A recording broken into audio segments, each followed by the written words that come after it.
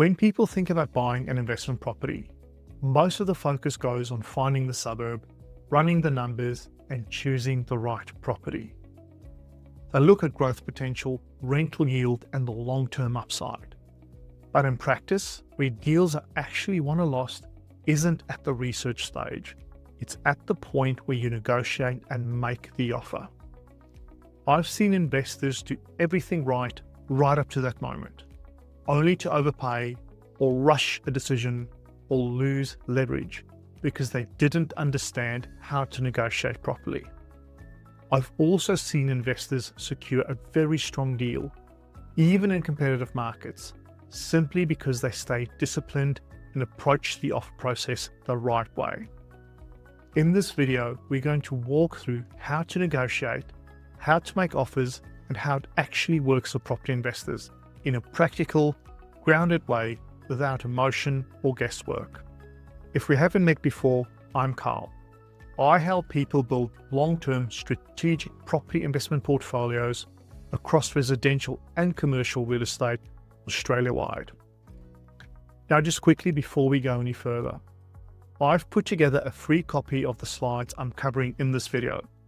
You can download them using the link in the description below.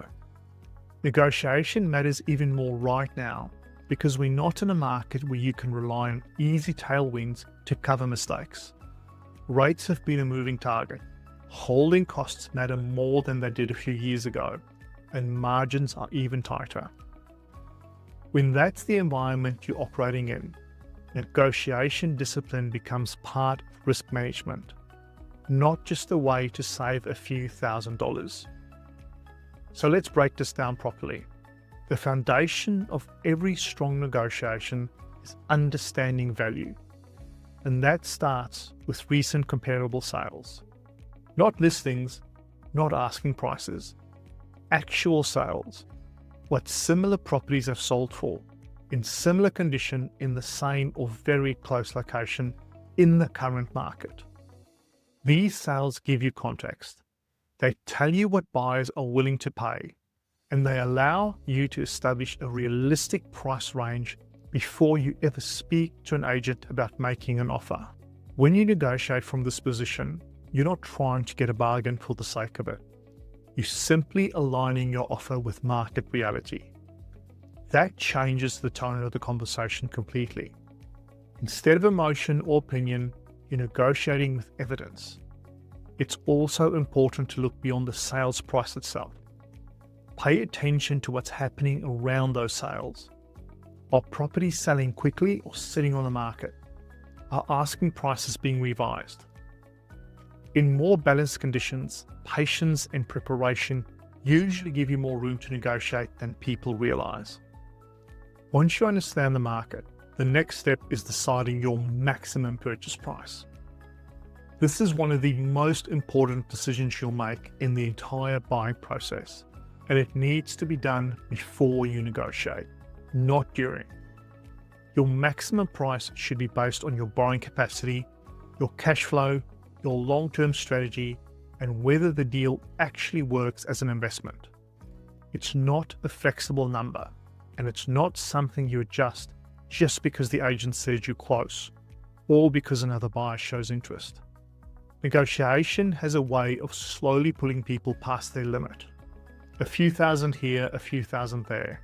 Individually, it doesn't feel like much, but over time, that's how margins disappear, especially when holding costs are higher and buffers matter more.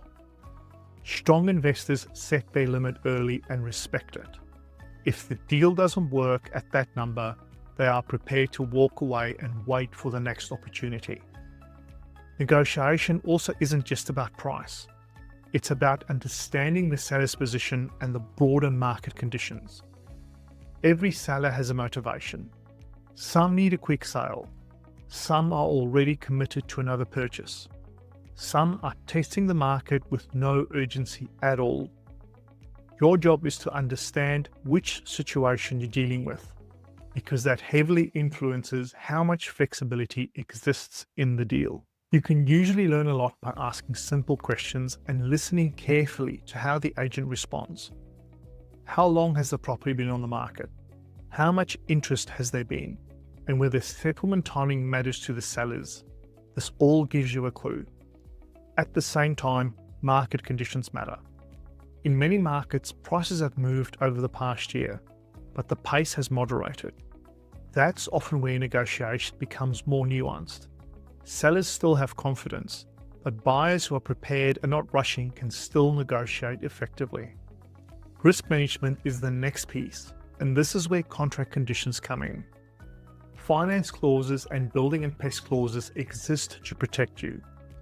They allow you to properly assess the deal, confirm your funding, and make sure there are no major issues with the property before you fully commit it. Conditions aren't just boxes you tick. They're timeframes you need to manage. If you're using a building and pest protection clause, you need to have an inspector lined up and ready to act quickly. If you're relying on a finance clause, it needs to be drafted and managed properly so that the protection actually holds. Removing conditions might make an offer look stronger on paper, but it also increases risk. A deal that exposes you to unnecessary risk isn't a good deal, regardless of how competitive the market is. Professional investors balance certainty with protection. They understand which risks are acceptable and which ones aren't. The final piece of negotiation, and often the hardest, is staying unemotional and knowing when to walk away. Property is emotional. Money is emotional. Negotiation brings both together, and that's where people make mistakes. As an investor, you're not buying a dream home.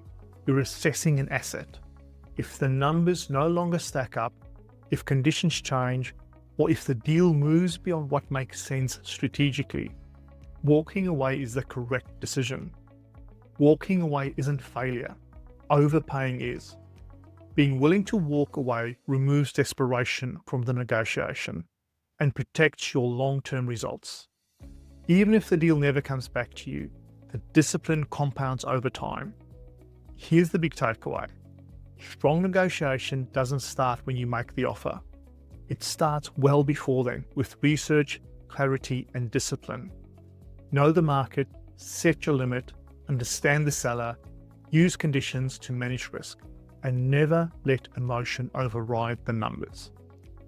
If you're at the point where you're actively looking to buy, this is where getting the negotiation side right can make a real difference.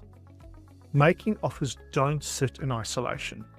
They work best when they're aligned with your broader strategy, your risk profile, and the decisions that come before and after them.